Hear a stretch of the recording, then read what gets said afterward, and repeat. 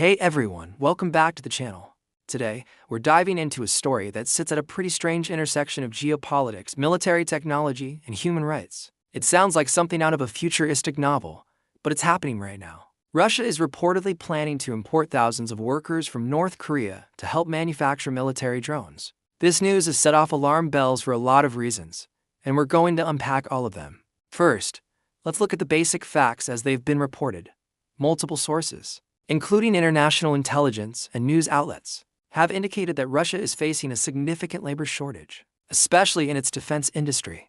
To fill this gap, Moscow is turning to one of its few international allies, North Korea. The plan involves bringing in thousands of North Korean laborers to work in factories, specifically those producing unmanned aerial vehicles, or drones, which have become absolutely critical in modern warfare. Now, why North Korea? From Russia's perspective, it's a pragmatic, if controversial, solution.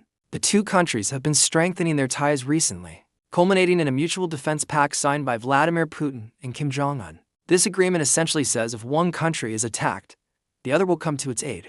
This political alignment makes economic cooperation like this much easier. North Korea has a large, disciplined, and cheap labor force that Russia desperately needs to ramp up its military production. For North Korea, this is a golden opportunity. The country is under crippling international sanctions, and sending workers abroad is one of its primary ways to earn hard currency, which the regime needs to survive and fund its own programs. However, this is where the story takes a much darker turn. The term North Korean workers abroad is almost synonymous with exploitative labor. Numerous reports from human rights organizations and the United Nations have documented the brutal conditions these workers face. They are often housed in guarded compounds, their passports are confiscated, and they work incredibly long hours for a fraction of the pay they are promised. The vast majority of their earnings, sometimes as much as 90%, is seized by the North Korean government.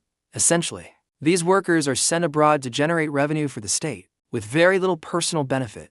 They have limited freedom of movement. Communication with the outside world is heavily monitored, and they live under constant surveillance by minders from their own government. So, when we hear about thousands of North Koreans going to Russia to build drones, we're not just talking about an economic agreement. We're talking about a system that international bodies have described as a form of modern slavery. These individuals are being sent into a high-pressure environment to build weapons of war, and it is highly likely they will be subjected to the same exploitative conditions seen in other countries that have used North Korean labor in the past, like in construction projects in the Middle East or logging camps in Siberia. This arrangement also raises serious questions about international sanctions.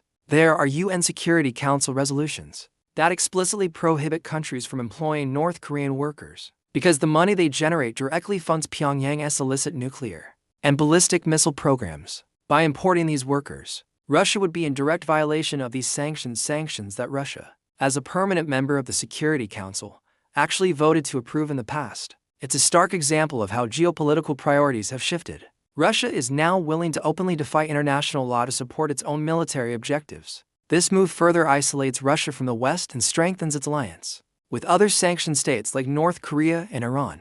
Let's think about the implications for the conflict in Ukraine. The increased production of drones could have a significant impact on the battlefield. Drones are used for everything from reconnaissance to direct attacks, and having a steady, large supply is a major strategic advantage. By using North Korean labor to boost production, Russia is trying to gain a long-term edge in a war of attrition. It has a grim calculation, leveraging what has been called state-sponsored forced labor to build the tools for a prolonged war. This also puts a spotlight on the global supply chain for drone components. While the labor might be North Korean, the technology and parts often come from all over the world. There's a complex network of companies, both wittingly and unwittingly, that supply the microchips, sensors, and engines needed for these drones. Russia's strategy involves circumventing sanctions to acquire these parts, and then using a captive workforce to assemble them.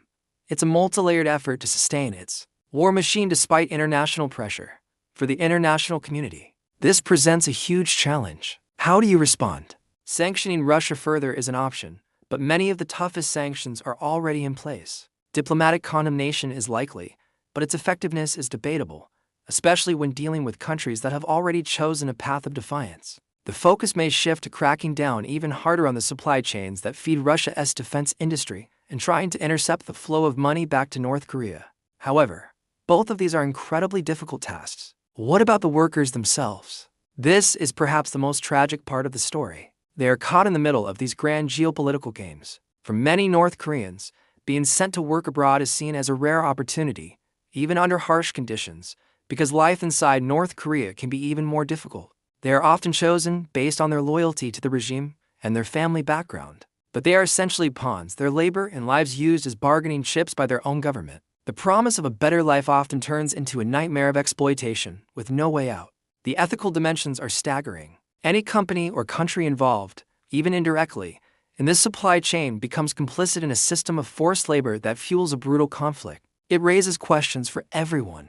How do we ensure that the technologies we create aren't built by people who are being exploited? How do we hold nations accountable when they openly flout international laws designed to protect human rights and prevent the proliferation of weapons? In conclusion, the plan for Russia to use North Korean labor for drone production is a deeply troubling development. It's a story about the convergence of authoritarian alliances, the brutal realities of modern warfare, and the severe exploitation of human beings. It shows how desperate Russia is to maintain its military output, and how willing North Korea is to profit from that desperation, all at the expense of its own people. This isn't just a news headline. It is a stark reminder of the dark underbelly of global conflicts and the human cost that often remains hidden from view. As this situation develops, it will be crucial to keep an eye on the international response. And most importantly, to not forget the thousands of individuals at the heart of this story, whose rights and dignity are being stripped away. Thanks for watching today. This is a complex and heavy topic, and I'd love to hear your thoughts in the comments below. What do you think the international community should do? Let's have a respectful discussion. If you found this video informative, please give it a like and subscribe for more deep dives into important global issues. Stay safe, and I'll see you in the next one.